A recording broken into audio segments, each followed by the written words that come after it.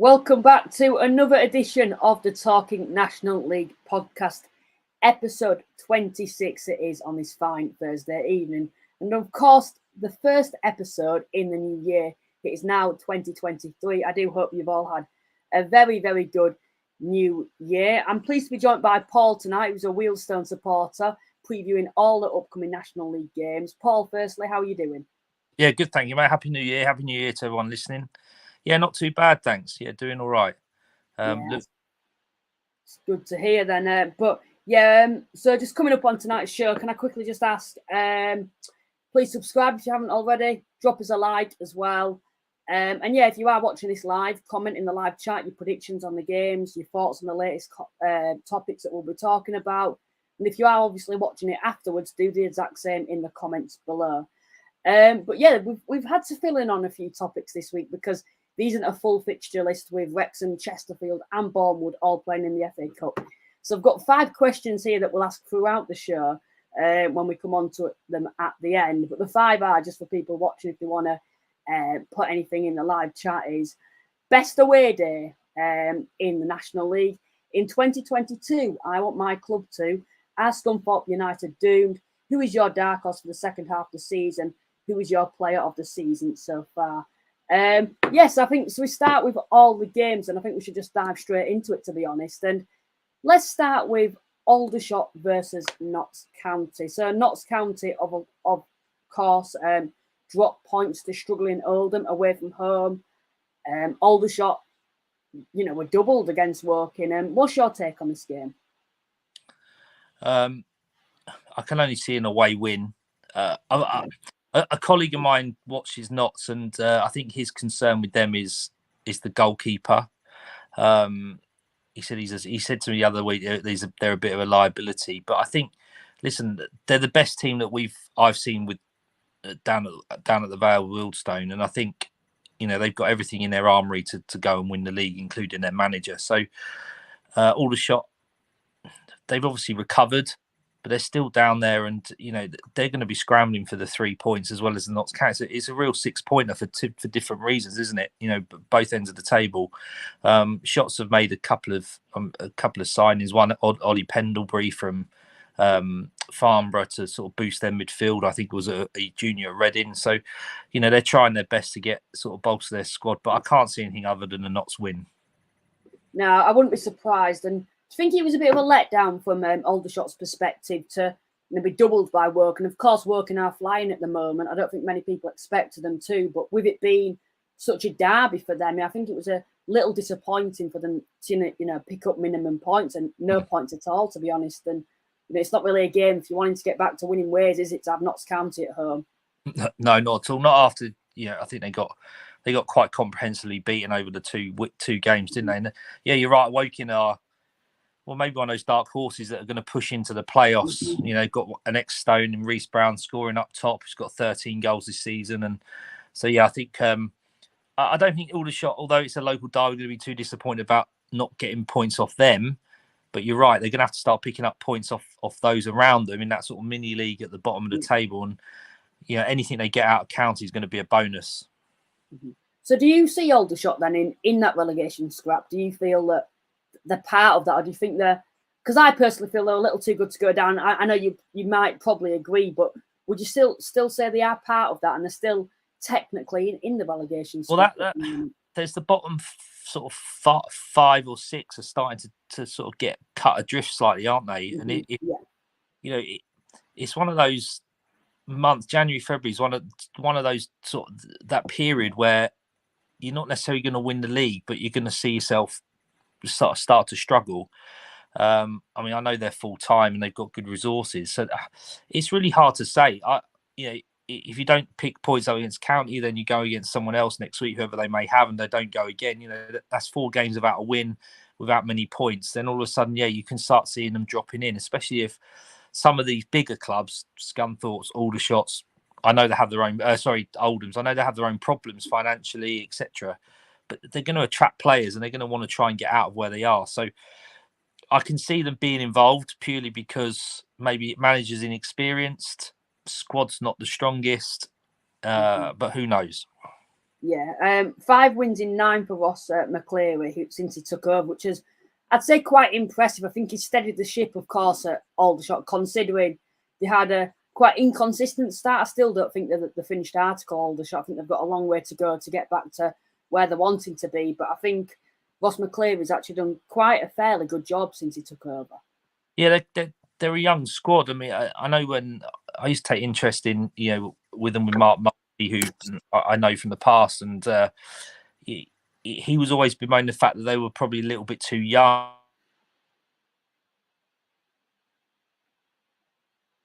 Paul might have disconnected.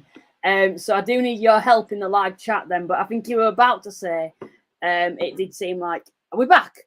Yeah. We're back.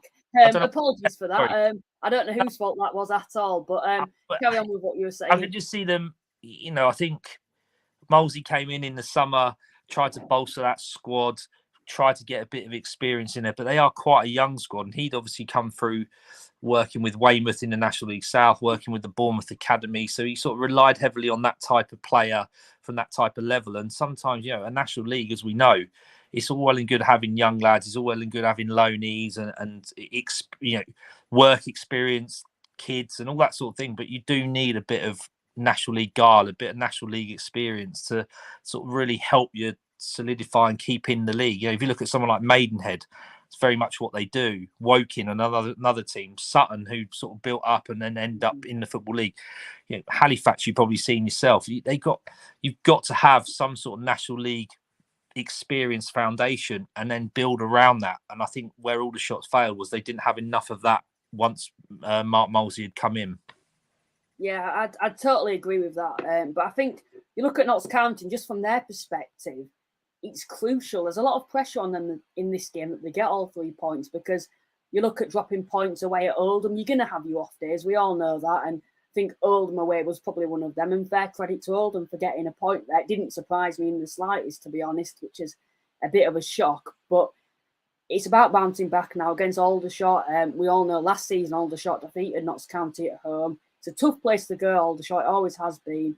And I think Notts County probably will find it tough. But the crucial thing is about getting the 3 points and bouncing back from Notts County's perspective, because they're still top of the league. Of course, Wrexham can still go top. It's in Wrexham's hands.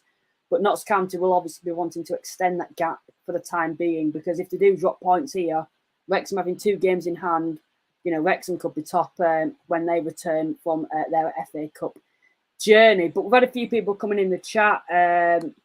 Someone's come in and said, it's very slow because of the computer. I apologise, but Notts 3-0 simple. I'd probably agree with that, to be honest. Maybe not that much. I think I'd go for a 2-0 Notts win. I'll agree with you, Paul. I think they're going to win.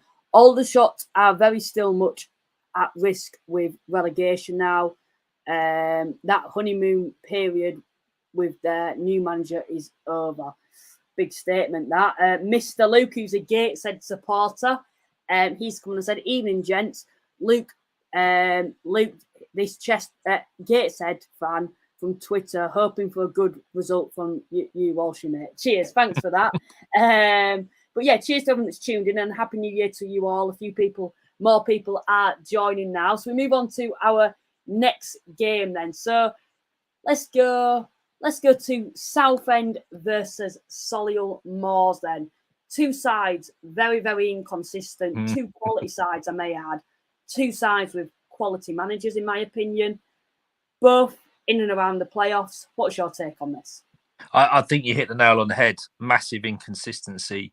I think Solihull's shown inconsistency over the last few weeks, whereas Southend have shown it from sort of match day 1, haven't they? And they had that real purple patch where I don't think they lost for about 12 or 13 games, and then couldn't gain a point for love nor money for another few after that. So yeah, certainly is the inconsistency of the 2 is what's going to probably cause them problems. As you know, teams that do win these league and get in the playoff, they grind out results, they get points, they get 3 points here, there and everywhere, whereas Southend and Solihull just seem to win one, lose one type scenario. I don't think it's helped with Southend and, not having the staff paid in the background. I know players are paid, etc. But, that must affect the squad. It must affect the team and the culture and the atmosphere at the club. Solihull very much more run, well, appears excellently. So I think it's just maybe in terms of Solihull, is their squad as good as strong as it was last year? Is the manager trying to sort of change it up and bring different players in January to sort of strengthen again? Whereas I think Southend have got a very good squad. If they can be a little bit sort of more balanced and calmer off the field, I think it would help them. Yeah, Southend at the moment, they are struggling. I think it was quite disappointing that Christmas period for them against Bromley, picking only the 1 point up at home. You look at Bromley's current position, I think you're expecting them to at least get 4 points, turn the nail on the head from Bromley's perspective there, because Bromley got the 4 points. But I think at the start, prior to that game, Southend would have thought 4 points going into that Solihull game. Unfortunately, from their perspective, that hasn't happened. Like you've said, that uncertainty I don't think helps at all for Southend at the moment, as the inconsistency. But I do have to say, there's a lot of quality in that Southend squad still. And of course, the Solihull squad. Don't particularly know what's happened at Solihull. Another side, like I've said, both are very inconsistent, but recently Solihull more so at the moment. Ever since that defeat to Halifax, how things do change. But from my perspective, I think I'd go for a draw for this game. A 1-1 draw. What would your prediction be? Yeah, I was gonna sort of suggest a low scoring draw. They don't seem to be scoring too many lately. I know Solihull shipped quite a few over Christmas or just before Christmas. But yeah, I think defensively they're not too bad. I think they've both struggled to score goals and very much like a lot of National League teams, that holy grail of having that centre forward that's going to score you 20 goals a season is difficult to find. I would go low scoring draw with this one. Mm-hmm. Yeah, I'd agree with you on that. Ali's coming, who's a working supporter. A long paragraph there. I'll just read it up. Up the cars. Look forward to doing the M25 run to Dagenham after doing the double of the shots. Big up Dalsal, hopefully another masterclass. Yeah, working are flying at the moment. And I was quite surprised, although the difference between the two clubs at the moment, on and off the field and the current positions as well, I was expecting a lot more from Aldershot. With it being a derby, I thought Aldershot would have got something out of the two games. But fair play to Woking. They did a job on them, and that's what good teams do, isn't it? Yeah, it is. And Woking have adapted very well to that full-time model that they've gone into this season.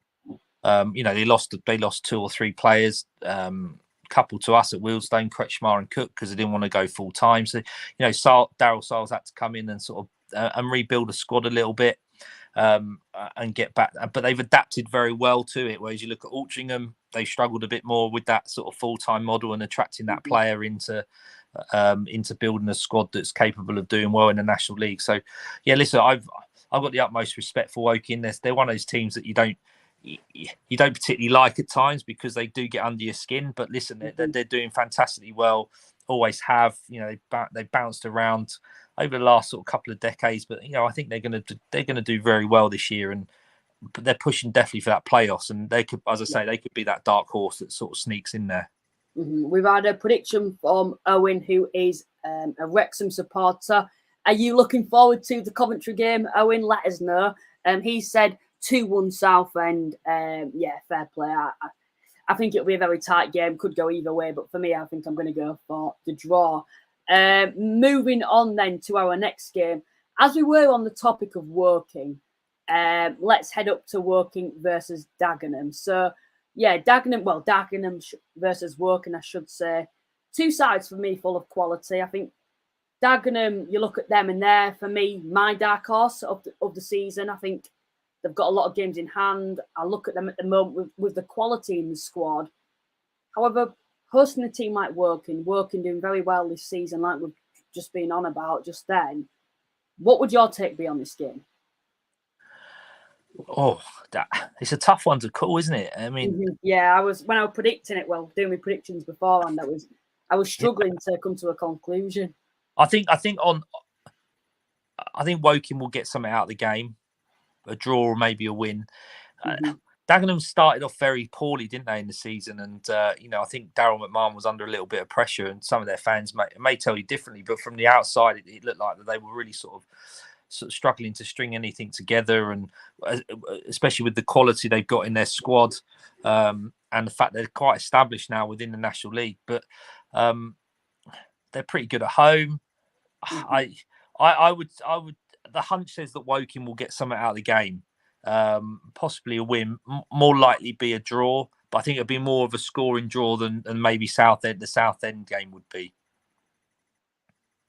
Yeah, I'd agree with you on that as well. But I look at Dagenham, and I look at the quality in that squad. McCallum, Balanta, Walker, Moraes been a star for them this season so far. That forward line, probably up there with one of the best in the division at the moment. Dagenham, like I've said, been very inconsistent this season. Do I feel Daryl McMahon is probably the best manager Dagenham could have? I'm going to be honest. No, I don't think so. I think there are better managers out there, but I think you've got to put up with what you've got. You're still in a very good position, considering all the games in hand you have. The level on points with Eastleigh and Southend who are just above them, level on points there. But they also have 3 games in hand on them. So, you'd expect Dagenham after these next 3 games to be comfortably in those playoff spots. But from Woking's perspective, Darryl Salve, just been talking about him, he's probably up there. And I think come the end of the season, he'd be definitely at least one of the contenders to be manager of the season, wouldn't he? I'd agree with. And I think you see the turnaround that Woking have done this season, that they've took it a step up. They're looking likely to secure a playoff spot very, very soon. And I think, honestly, that Woking probably could be another dark horse this season. But for me, like you've said, I think it's very hard to call to go either way because of how Dagenham are playing, but because of how Woking are playing too. I think I'm going to go for another draw, and I don't want it to turn into a night of draws, but I think I'm going to have to go for another one, to be honest. But yeah, we'll move on to the next game then. Now, this did make the title of the Twitter announcement. Is this Scunthorpe United's last chance? Would you say it is, or do you think it's too early to say? I think they're cooked. I saw them at the Vale, and they showed me a bit of promise. If I was sitting there as a neutral thinking which team's near the bottom, I wouldn't suggest that they were the team that would be near the bottom. They were Wealdstone then were very evenly matched, but as soon as they went 1-0 up, as soon as Wealdstone scored, their heads went. Everything went about them. They had a lad sent off, probably harshly, a lad that's gone over to Oldham, Nuttall, who looked like one of their bright sparks. Lavery's on a short-term contract. Are they going to keep him on because of the money? Anyone that's got any bit of experience in that team is likely to go. They can't seem to keep them. And quite honestly, they look cooked. I mean, and I'm talking this a few weeks ago, and it's not improved. Certainly not improved. It's got worse, if anything. And to see such a big name in the EFL struggling down at the bottom of the National League, it's surprising. I generally thought they were going to be one of these teams that would just get on with their business and be towards the top end. So to see them where they are, and having seen Maidenhead twice over Christmas, they are a big, robust, crash the ball forward. They give the ball a headache. The way they hit it so hard, so far, so high. I can't see anything other than Maidenhead beating them. I wouldn't suggest steamroll them in goals, but they will just physically, mentally, they will just steamroll Scunny. If Scunny are fragile at all, they're done, because Maidenhead are a tough unit. Can I ask, where did you put Maidenhead at the start of the season? Because we've been asking a lot of people. Tom Williams, we asked when we did our predictions, me and Tom both put Maidenhead bottom of the league. A lad we had on last week said they were bottom 2. Where did you predict them? Were you one who wasn't so negative on them? No, I mean, if I'm honest, when you look at, say, someone like Wealdstone, it's Maidenhead is the type of team that you try and aspire to look at being in the National League. And, Alan Devonshire's done an incredible job, because I don't think they're fully full-time. Their ground is the oldest in the one of the oldest in the country, let alone the league. Their facilities aren't superb. I didn't have them down to go down, but I would have had them in that sort of mini league at the bottom, if you like, because they seem to then turn players over. They have to let players go to a higher level or a higher teams within the National League. So whatever Alan Devonshire and his scouting team do, I think his son's involved. They do a remarkable job, because they certainly aren't sitting at the top table with all the rich pickings, and they've just done very, very well. Like I said, a bit like Woking, a bit like maybe Aldershot to a point. They sort of dig away at just establishing that National League status, and I don't see him going down in the next few years unless something catastrophic happens, in terms of their finances, or maybe Devonshire leaves, because they're just so well established. Yeah, they're a side that gets on with it, in my opinion, unlike other sides. You never hear too much about them throughout the season. They just get on with it and survive every season. Losing Josh Kelly to Solihull Moors, I thought that was the end of him. I thought losing him, I didn't really look at any of the replacements in too much detail, but I didn't see any star man there. And they've totally proven me wrong, because they don't have a star man, Maidenhead, but they don't need to. They just find a way to survive, find a way to win games. Players like Kane Ferdinand in there, is gonna do well. There's a lot of established National League players now who've come up from the National League South, and the higher leagues who've come down, who didn't quite make it in the Football League, and they've established themselves at this level. And yeah, Maidenhead, they should totally be fine this season, but on Scunthorpe United, it's not looking good at all. Doomed is the only term I can use. The one positive you could say earlier on in the season was at least they had a prolific goal scorer in Nuttall. They've lost him. Then you said we've still got Apter, who's a star man who shouldn't be at this level. I believe that he's gone back to Blackpool now and is going to Crewe. Don't quote me on that, because I may be wrong, but I think that is correct. Who is going to be the one who's going to keep Scunthorpe United up? Because I can't see them making too many signings at all. What's your take on it? I know you're quite negative on them, and I don't blame you whatsoever. I think most people are. But I feel massively for them and for the supporter base. But it's one of those, if you're trying to attract a young lad out of the Football League to come and play some National League football, what incentive have they got? We're bottom of the league. We're cut adrift by a number of points. We haven't won a game in X amount of weeks. We're losing our top couple of players, or most experienced players. There's rumblings behind, in the background that they're going to go into administration.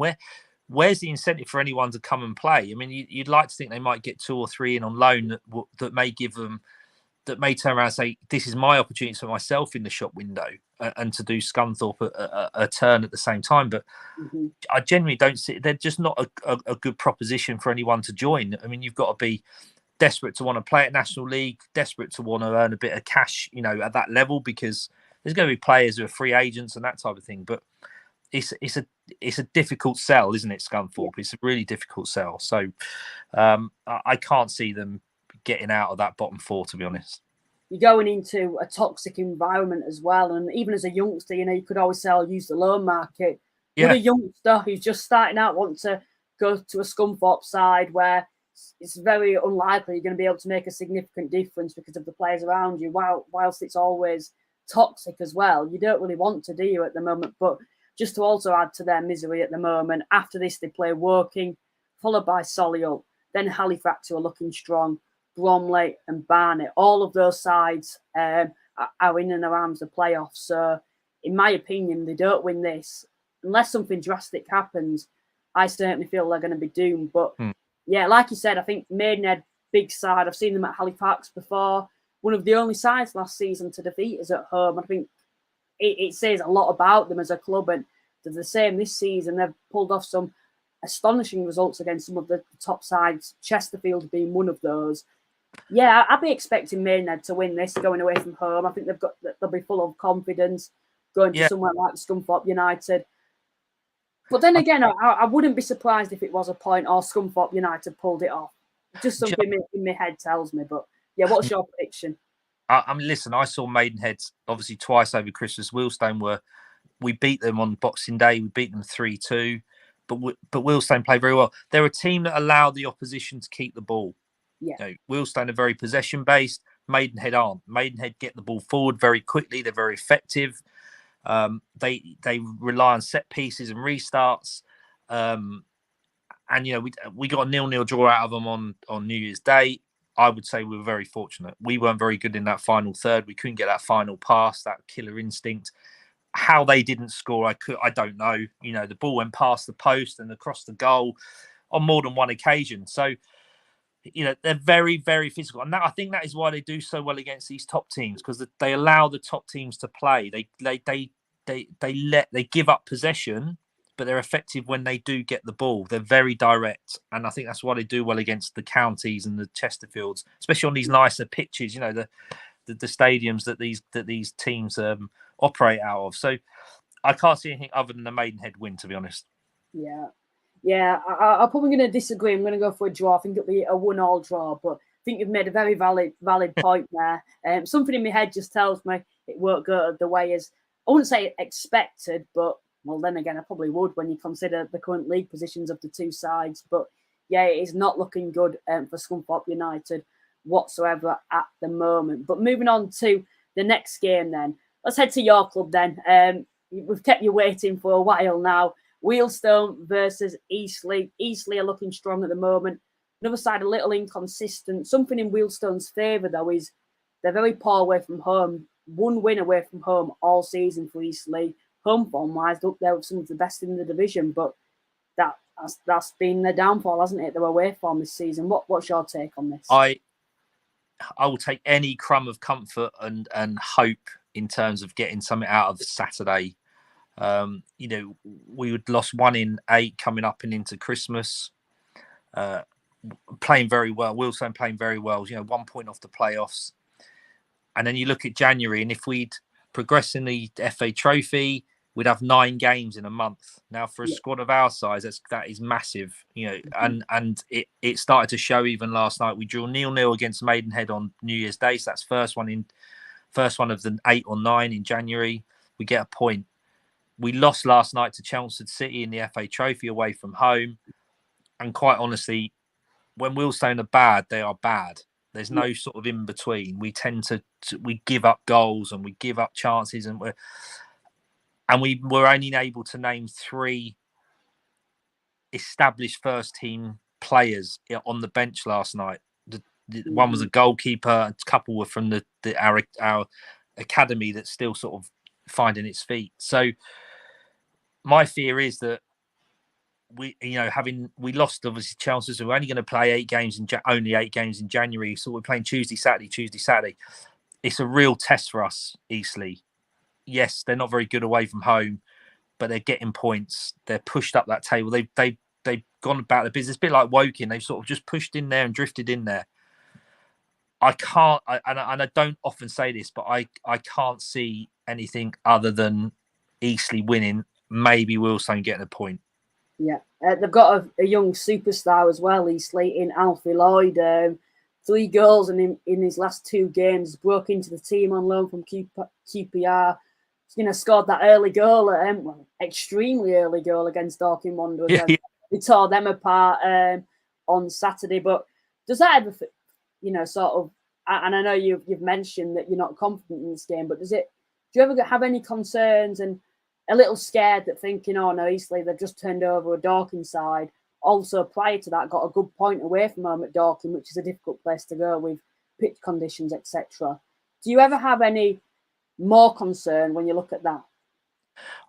Not really. If you take Dorking in isolation, they're a bit of a basket case in terms of how they play, aren't they? They're very offensive minded. Their defense, will score more than you, and if it doesn't go right, then they tend to get beat.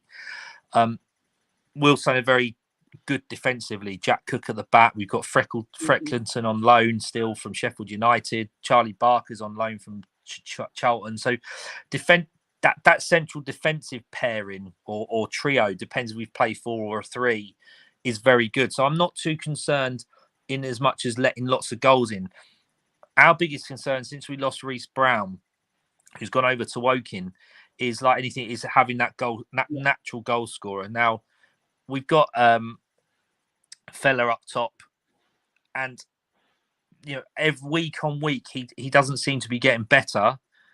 He seems to be getting worse, which isn't great for us. And last night, he missed a hatful of chances. And Wealdstone are only, yes, we're paper thin in terms of squad size, but we're a good centre forward away from a playoff team as it stands now.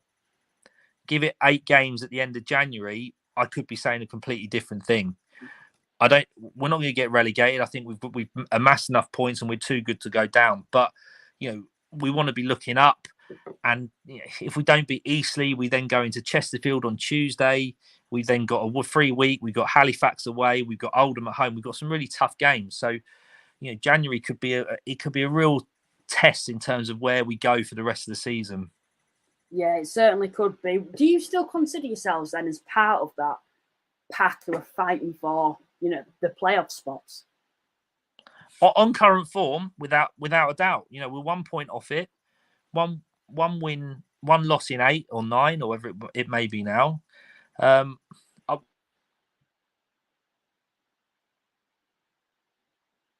think we've had another disconnection. Hopefully, it does come back very, very soon. I'm just waiting to see if he does. Sorry, there we go. It's happened again. I don't know what. It might be part of my computer. I don't know. No, it's my phone. Every now and then it cuts itself.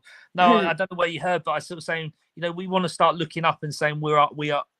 Look, I'm not suggesting for 1 minute we'll get promoted. I'm not suggesting we'll win the playoffs. But we're 1 point off it. We've got to be aspiring to be in that pack. We're too far off the relegation zone to start worrying about that now. Let's be positive and look forward. And it's our 3rd year in the National League. We've earned a lot of plaudits. We've got a lot of respect. So let's push on. But Eastleigh's a tough proposition on Saturday after our last 2 games and our paper thin squad. So that then going into January is going to be a real test of how the rest of the season is moulded.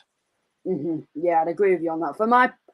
If I was to give a prediction for this game, I'm going to go against you. Although Wealdstone decent form at the moment, I'm probably going to go for an Eastleigh win. I think they're looking a very strong side. Danny Whitehall being one of the names, Alfie Lloyd, another youngster coming through the side at the moment.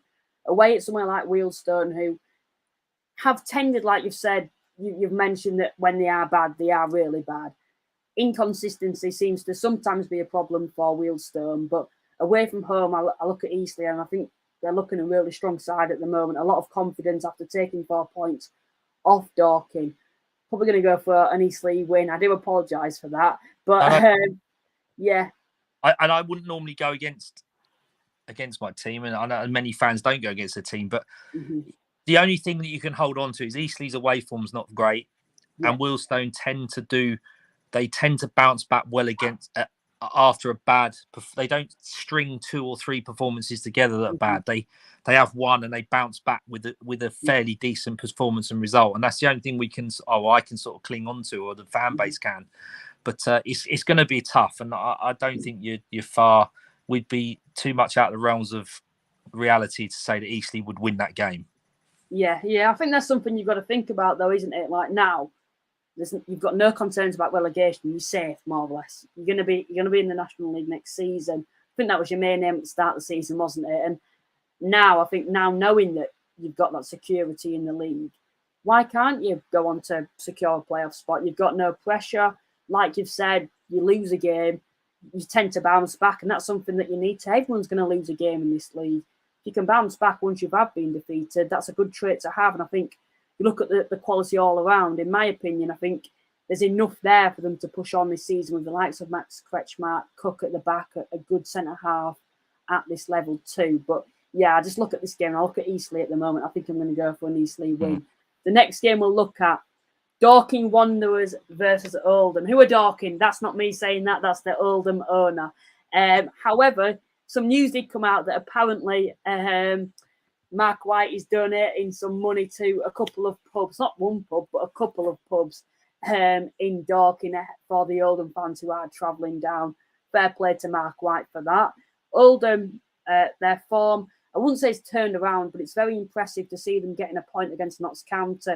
A slight lift going into this game now, and I think it's crucial that now they back it up with a win against a Dorking side who could be deflated, but I look at Mark White and I say no, because his side won't be deflated. They'll be wanting to bounce back.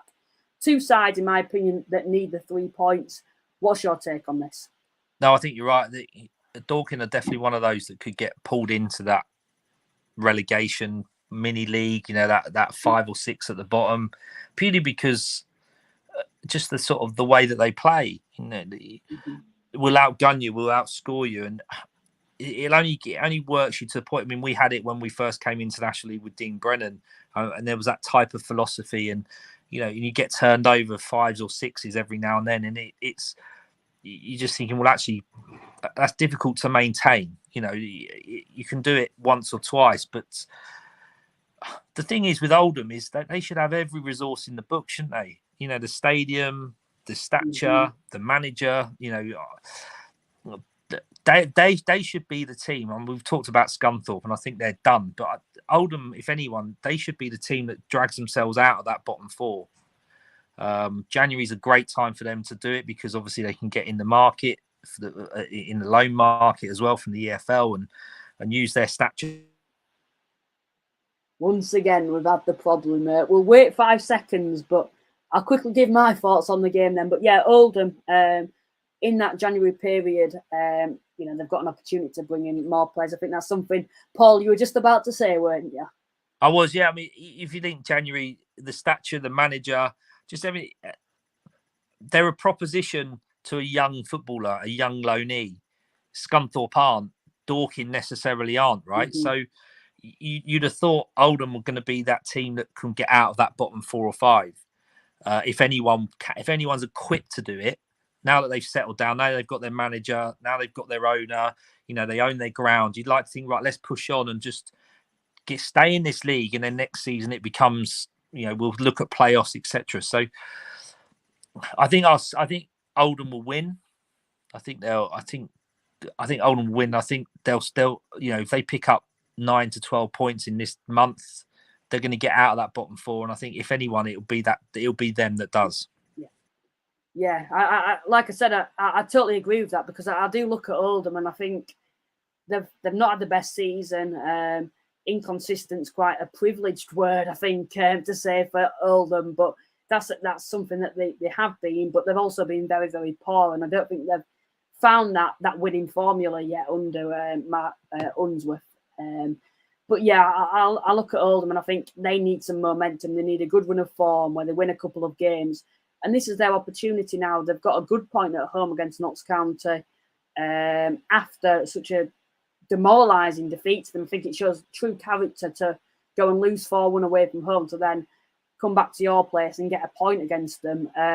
Dorking away now, it's an opportunity, in my opinion, for them to get all 3 points. I think it's a big one. I think they need to improve that away form as well, because they're down there with some of the worst in the division for away form this season, but they definitely need all 3 points. And I think you look at Oldham and the amount of goals they're now scoring compared to what they were doing with the additions of Nuttall, Reid, who's coming from Solihull too, and Fondop even, that they've still got to their disposal at the moment. I think it'll be a high-scoring game, which may have been a surprise a couple of weeks ago, but maybe not with Dorking, to be honest. But I think I'm going to go for a bit of a crazy score here, a 3-0 Oldham win, in my opinion. The next game we'll look at then, Barnet v Gateshead, and there has been some news. I think someone mentioned it in the chat as well. Dean Brennan has extended his stay at Barnet on a 3-year deal. Firstly, before we do go on to previewing this game, what's your take on that? What, on the 3-year deal? That's a ballsy decision. For at any level, right? To give a manager a 3-year deal is that's shown a lot of confidence in him and in his management team. The way they sort of set out and played this season, and the way they're in the playoffs, he probably deserves it. I don't know enough about Barnet. I've seen them play us, and they there was only one team in that game that day, and Barnet were very much the better team. It appears that they've got players who want to play for the club, whereas previously it's been a bit of a basket case, isn't it, with different managers, and Tim Flowers and Harry Kewell and Tony Cleanthos, the owner of it. He seems quite eccentric and I wouldn't suggest unhinged, but not your very typical sort of steady chairman owner of a football club. So for them to actually establish a manager, give them a 3-year deal, get players to start playing for them, it can only be good for Barnet, because if you talk with their fans as Wealdstone do, being that rival in if you like, they want to be in the Football League. They see themselves as an EFL club. They harbour back to those times on a regular basis. Whether that's right or not, that's what they do. And it's hard for you to say that, isn't it? Being a Wealdstone supporter. Well, yeah. I mean, listen, we can't say it. We've won the non-league double. We've won the FA Amateur Cup back in the 60s. We've never been an EFL club, but when fans do clamber onto that, Halifax fans may be the same. You'll have Scunthorpe fans, Oldham fans. They don't want to be in the National League. They don't. It is what it is, and you've got to respect that. And Barnet want to be in the Football League. So to establish that platform of stability with Dean Brennan in charge and his management team and getting the players who want to play for the club. Once again, 5, 4, 3, 2. Hello. 1. There we go. We're done. Yep. Carry on. Oh, you there, Luke? Yeah, I'm totally here. I'm having a few issues there. Don't know if you can hear me or not. Yeah, we're definitely having a few issues at the moment. I'm left to myself, isolated on this podcast. But yeah, just a bit on Dean Brennan. I think it's a great deal. It's a long contract. I think it shows a lot of confidence, I feel, that the Barnet board do have in him. And I think that they're right to have that confidence. Just bring Paul back in now. But yeah, I honestly feel I think it shows a lot for them to have that confidence in a manager. But I think he's earned it. I think he's done very well. He's made him a more stable club at the moment. They're pushing at the right end of the table, which you wouldn't have expected a couple of seasons ago or even this season. So fair play to Barnet. And I don't think it's a bad deal. But of course, when it does go wrong, which you will have a spell where it will go wrong, you might potentially have to stay with him where maybe you wouldn't have had. But then again, I look at Chris Millington. He signed on a 2-year deal at Halifax, basing it off this. After 10 games, we all wanted him sacked. Most likely he would have been if he wasn't on a 2-year deal. But because of that, he had that time and opportunity to regain his trust in the supporters, which he has done so far. And that's something that, if it did go wrong, you just got to trust him. And I think he's earned that trust. Wouldn't you agree? Oh, yeah, without a shadow of a doubt. And fair play to him getting that deal. After I don't think he's ever stayed 3 years at any club in total. So for him to be been there 12 to 18 months already to get another 3 years on top, fair play. And each club will run the way they wish to run, and it's a ballsy thing to do. I think, like I said, at any level, and we'll see how it goes. And but they certainly proving to be a tough nut to crack this year, and he's got a squad. Well, he's got a team that's playing well. I don't know too much about the squad, but he seems to have quite a settled team, and they're doing very well. So yeah, I can't see any other thing but a Barnet win at the weekend, being at home. I had to be honest, I don't know too much about Gateshead. They're keeping their head above water just that little bit, aren't they? So, but I can't see anything other than a Barnet win. You look at the both sides and just a bit on this game. I look at Gateshead at the moment. They've had that uplift with finding the striker, which is very hard to do. I think it was some great bit of business getting him on loan from Bournemouth. That is Danny Elliott, who's coming on loan from Bournemouth. He's been prolific for Boston in the past. Didn't quite get the game time at Bournemouth, but then again, I think it was the system that Luke Gallard played. I don't think it particularly suited him. Gone on loan to Gateshead, and he's having the time of his life at the moment. They're becoming a prolific goal scorer, and it was always hard losing Langstaff and Kedwin Scott as well. And the replacements worked to this standard. I don't think Danny Elliott is, but they weren't to the standard, I think, of the National League. That's just in my opinion. They've got no proven past or track record of being prolific. And finding someone like Danny Elliott, I think, was some great bit of business. And when I've seen Gateshead this season, they're a good side. They just pour in both boxes, which is hard to call them a good side. But they're a good football inside. They don't come and stick 11 men behind the ball. They come and try outwork you and outplay you, which most of the game they do. But they switch off in those big moments in the games and concede a lot of goals and don't score a lot of goals. Well, you look at Dorking, they concede a lot of goals and play nice football, but they have prolific goal scorers, and that's something that Gateshead hopefully have now, and that could be one little thing they can cling on to hope that they can survive this season, because I honestly feel Gateshead will go down, and it's probably a bit stereotypical when you say, oh, I think Oldham are too big of a club to go down, but I think Oldham will survive because of that reason. I think there's enough quality for Oldham to come good. I think they've got a number of good goal scorers and a number of good players. I also look at other sides like Yeovil down there. I think they're too good to go down. Aldershot, too good to go down. Maybe a little harsh and rash of me to say Gateshead you're going to go down, but something that I will say, if I was a Gateshead fan, I'd be a lot more comfortable now than what I was a couple of weeks ago when we didn't have that striker. And he hasn't proven himself yet to be prolific, but he has been in the past, and he started his career off at Gateshead very, very well. But on this game, Barnet at home, I would expect Barnet to get all 3 points. I think Gateshead did well to get 4 points over the winter period against York. 3 goals away from home and a draw at home, 2-2 draw away from home. Both sides seem to start to like scoring goals all of a sudden. Maybe not on Barnet's side of things, but certainly on Gateshead. I think this is going to be a high-scoring game, in my opinion. I think it's going to be a 3-2 win for Barnet at home. What's your final prediction for this game? Yeah, as I say, I can't see Barnet losing, and I think they'll comfortably win 1, 2 or 3-0 maybe. I don't think Gateshead will score. Barnet are very good defensively as well, and unless of course Danny Elliott does prove to be that sort of goal scorer they have. But yeah, I think they'll win 2-0 Barnet for definite. Mm-hmm. Next game we have is Altrincham versus Bromley. Altrincham all of a sudden seem like a playoff contender. We haven't been saying that for, well, I haven't, of course, because I haven't been alive that long, but we haven't been saying that for a couple of decades, to call them a playoff contender in the National League. But yeah, all of a sudden, they're looking a quality side. Still 12th, but it's very, very tight at the moment.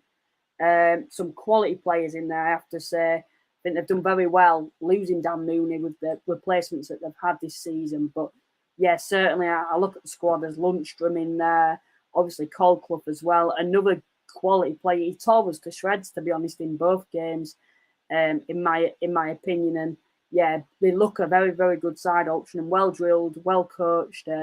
Another name that I did forget about, Con Clark, 7 goals this season on the left-hand flank. 4 goals in his last 5 games. They look very good, Altrincham, very good football inside, and they'll give Bromley a very, very good game. But Bromley are another side that you can never write them off. They're a good side. Don't particularly be prolific, although you'd think they would be. They're not that high scoring considering that they have Cheek and Marriott, but they don't have to be because they pull off some good results against the top sides as well. What's your take on this game? Well, I think Altrincham are sort of benefiting from, a bit like Halifax, holding firm and not getting rid of their manager. When it all started to, we played them early in the season and we beat them, having lost their away from home last season. And they'd gone full time at the beginning in the summer.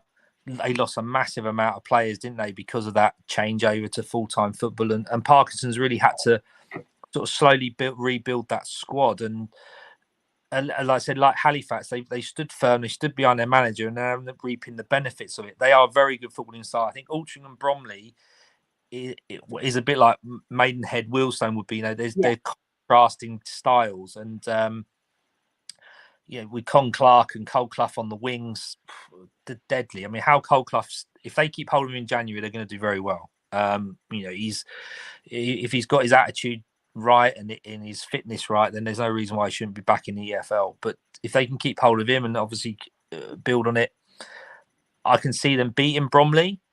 But Bromley are they're a tough nut to crack.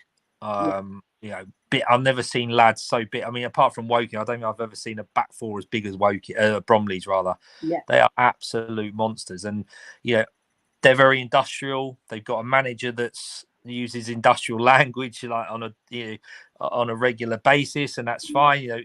They're just a hard-working industrial football team, and they'll give anyone a good game. And like I said, very similar to Maidenhead, and hence why they've established themselves in the National League and won FA trophies and got in playoffs. And again, they're going to be up there. But I think if Altrincham can use the possession well, I think they will win.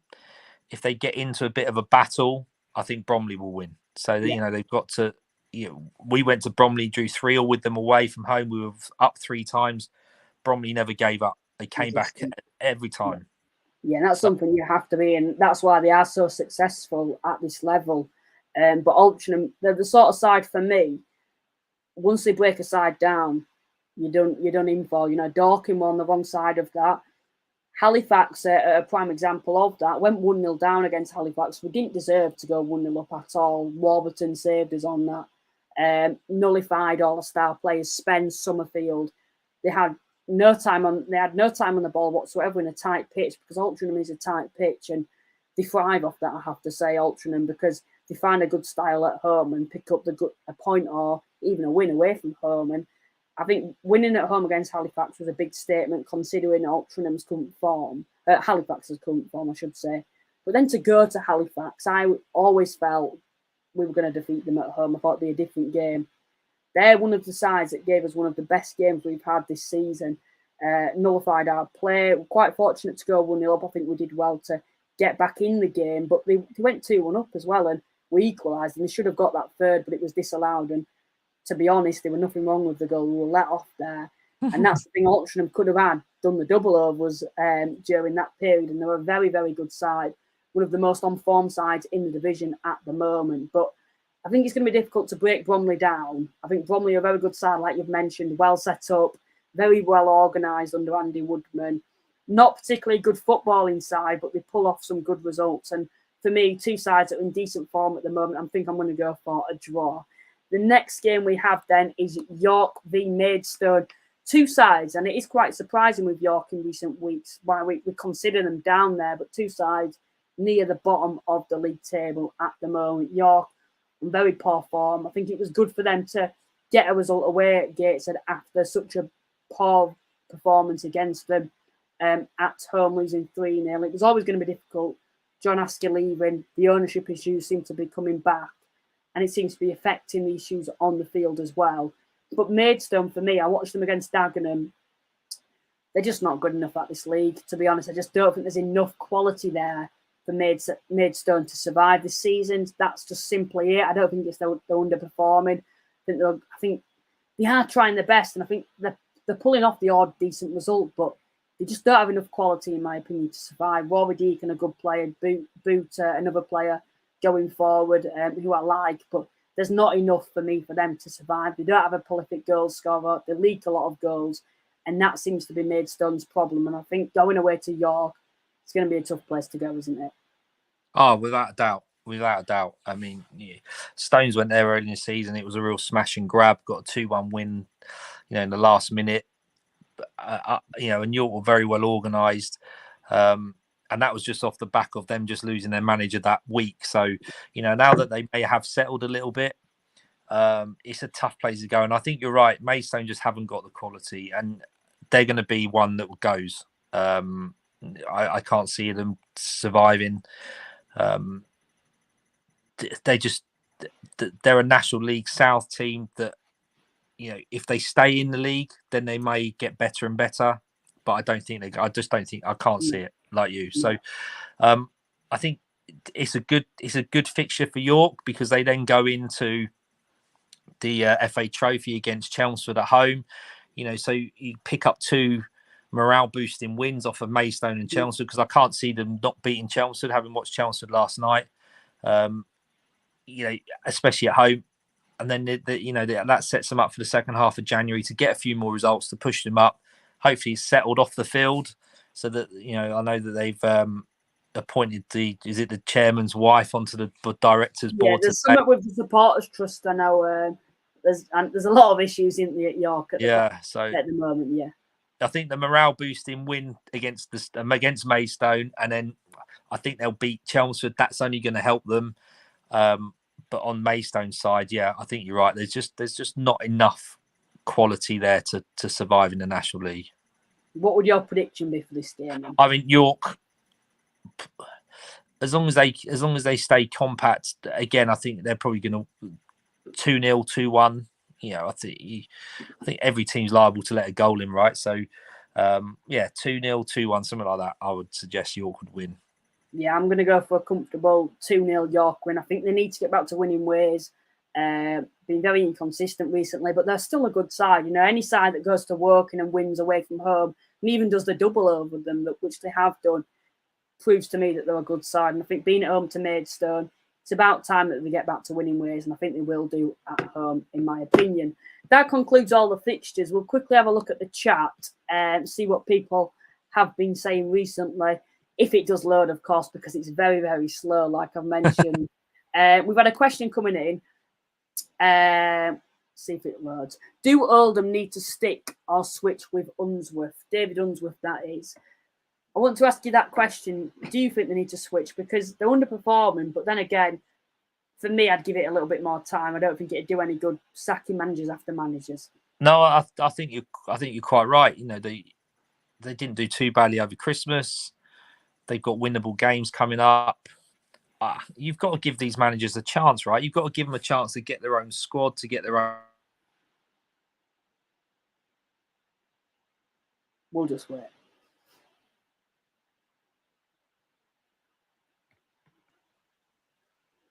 Luke, sorry. No problem. No problem. Yeah, no, I think they've got to stick with Unsworth. They've decided to make that change. They got the chairman in. I think, is there a relationship between the chairman and Unsworth? They know each other or whatever. So, yeah, you know, he's going to have his backing. They'd be mad to get rid of him. I think, like I said, I think that resource-wise, size-wise, experience-wise, I think they have enough to scrape out of that bottom four. And by getting rid of Unsworth, I think it just brings them back to square one again. Yeah, I'd agree with that. I think you look at this, you've got Dorking away, Wealdstone away, Southend at home. Maybe after that, if you haven't picked up anything, maybe look at it. But it's last resort, in my opinion. Halfway through the season, you've already had a managerial change. How many managerial changes can you have? You know, you don't want to be falling into the trap of what Watford do, because it never goes well. Halifax did it when they went down to the National League North a couple of years ago, and we sacked manager after manager, and it just didn't help the situation whatsoever. Next one that came in, Gateshead fan again. See if it loads. I do not think Luke has called a Gateshead win yet. Still waiting for it. In my opinion, it's going to be an interesting game, but I think we might win 2-1. We've had Owens come in and said Bromley 2-1 win away from home. Joe has said a team of thugs. Is that for Bromley? I think that's because of what happened at the home game. And then Maidstone fan has come in and said Maidstone will lose by another 1-goal margin, as they have in the past 4 games. Yeah, it wouldn't surprise me at all. As we did say earlier on in the show, we had 5 questions. If you want to get involved in the live chat, please feel free to do so. Also, if you are watching and you haven't already, please drop the podcast a like and subscribe as well. It'd be much appreciated. We're on the road to 1,000 subscribers by the end of the season. I'll quickly get the questions up here, but the first one, who is the dark horse of the season? We've had a number of clubs that you can sort of put in contention. For me, firstly, I'd probably say Dagenham. Dagenham, good. I would have said Woking. Many may say Wealdstone in terms of where they were. But yeah, I think Woking in terms of that dark horse into the playoffs would be mine. Yeah, I think it's an interesting one when you look at that, because there's Dagenham, there's Woking, you could even have Wealdstone in. There's always maybe even, you probably couldn't go with Dorking, but I don't know, at the start of the season you probably would, saying that they could, survive. I think it's in terms of what we're meaning. If we're meaning as in the playoffs, if we're meaning as in the title, I'm going to go for Dagenham. I'm going to stick with Dagenham, in my opinion. The next one we've got is, in 2022, I want my club to win a cup match. Oh, that's something Dorking will agree with too. Mark said that he needs to win a cup match. I mean, it's not going to happen in early 2023 because we're out of the FA Trophy and the FA Cup. But yeah, our manager Stewie Maynard has a very unwanted record where he's not won a meaningful cup match in his tenure in the last couple of years. We've lost to some lower league opposition in FA trophies and FA Cups on a regular basis. And I think the only cup match he's won is a Middlesex Senior Cup tie that was against Edgware and Kingsbury, which was early this season. And that was only on penalty. So I think most of the Wealdstone fan base are very content and happy with how the league is going. I think we'd like to back that up with a bit of an FA Cup run and an FA Trophy run. It helps the coffers, it helps the exposure of the club. So I think, outside of that National League bubble, winning a cup match would be good for us. In 2022, for me, and I'm going to do it realistic. I think you've done it quite realistic as well. To break into those playoff spots, Joe came in and said Halifax could be the dark horse. You know what? I totally agree with that, because although we're quite inconsistent away from home, I think at home form at the moment, we're looking like a top side, and we are. Showing now, I know you had a few things to say about Halifax being quite a poor side, quite brutal as well with what you said. And I think at the time, I totally agree with you, but I think it'll be a totally different game when you do come up. You'll see a different side, in my opinion, when you come up to Halifax with Wealdstone. I might have just jinxed it now, but hopefully not. But yeah, they could be another dark horse as well, in my opinion, Halifax. But for me, as a Halifax fan, break into the playoff spots, I think it's still realistic. I think we still can do it. And I think anything can happen in the playoffs. I don't think we're going to win the playoffs, but, anything can happen. A bit of money from it as well for the following season. End the season on a high with no expectations in those playoffs. That'll be a realistic aim for me, in my opinion. If people want to get involved, if you do want to for your club as well. The next one is, we said, are Scunthorpe United doomed? I think we can both say yes. Yeah. The next one is, who is your player of the season so far? And this is a difficult one, because I know you've got positions, you've got, is it a striker? Who would it be for you? I know it's a difficult one to answer. What, across the league, right? Or just, yeah. Well, I mean, you'd like, the obvious one would be someone like Langstaff, wouldn't it? I mean, he's not come from the Football League down. He's sort of worked his way up and has proven himself at every level. And if Notts County can keep hold of him in January, which I believe they probably will, because he's on a longer contract, then and he keeps scoring, then it's got to be him. Personally, one of the best players I've seen for is Jack Cook for Wealdstone. Not just because he plays for the Stones, but quite honestly, I had this discussion with a couple of the mates who follow the Stones as well. I said, will he look back in his career and wish that he maybe was a professional footballer, because he's certainly good enough. He's got a good executive position with Nike. That's why he plays part-time football. But quite honestly, he's just very, very good at what he does. And if you put him on any position in the pitch, he will seem to be able to play that position. I've always really liked Matt Robinson from Dagenham. I don't, he may not have hit the heights this season, but I really like him as a footballer. He plays off both feet. He gets to the box late. He gets goals with his head, with his feet. He can break play up. I like him. I like Cook, and I think Langstaff is probably the obvious one in terms of what he's showing at that better level. Yeah, I think for me, there's, like you said, you've named a number there. Langstaff has to be in contention, of course, just because of the goals he's scored. Mullin has to be, as expected. Ruben Rodriguez, another player, highly rated, was at Notts County. Adam Chickson as well, who's at Notts County. There's a lot of players you can talk about. Jeff King, someone we haven't mentioned yet. He's been quality on the defensive side and the forward side for Chesterfield this season. If I was to put one, probably go with Jeff King just for that. But I think then again, you can't argue with Langstaff, the amount of goals that he scored. But like I said, it's a difficult one because they're totally different positions, aren't they? But final question is, what away day are you looking forward to the most in 2022? Well, having still to come? Yeah. Honestly, not just because you're on it, but I'm looking forward to coming to Halifax. Good pubs, I've been told. Yeah, it's a great drinking town. Mm-hmm. I'm not a big drinker myself. I come with my children, so I don't tend to get involved in that element of it. But yeah, I've never been there. I like to go to the away games that I've never, especially the grounds I've not visited. And being a Wealdstone fan, not having been in the National League too long, there's always new grounds to visit.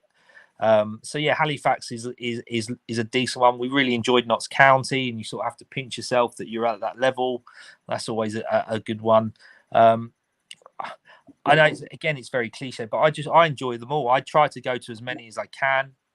I go to more than I don't, so I'm quite fortunate in that respect. But I would suggest, Halifax would be there because it's an old traditional football club. It's a football ground, an old traditional football ground in a great town. So I guess in the next couple of weeks it would be your stomping ground. Mm-hmm. Yeah, you'll enjoy it at Halifax, especially if you bring a fair few, which I'm sure you will do, because Wealdstone are always well supported away from home. For me, Chesterfield, I always enjoy going there because it's not too far. It's about an hour away for us, so that's a good one because we usually take a fair few there. Oldham's going to be a big one. I think we'll take a large following there, so that'll be good. And it's a new ground. Well, it's not a new ground for me because we had a pre-season friendly, but I think taking a lot there, low roof, I think the atmosphere will be really good. I'm sure you could tell us a bit on that, your experiences at Oldham. Maybe not for the Oldham fans watching, but that was one of the better. That was a midweek game. There was probably 200 plus there, and we were wearing that Brazilian-looking kit, and we scored a goal that had 19 passes in it, and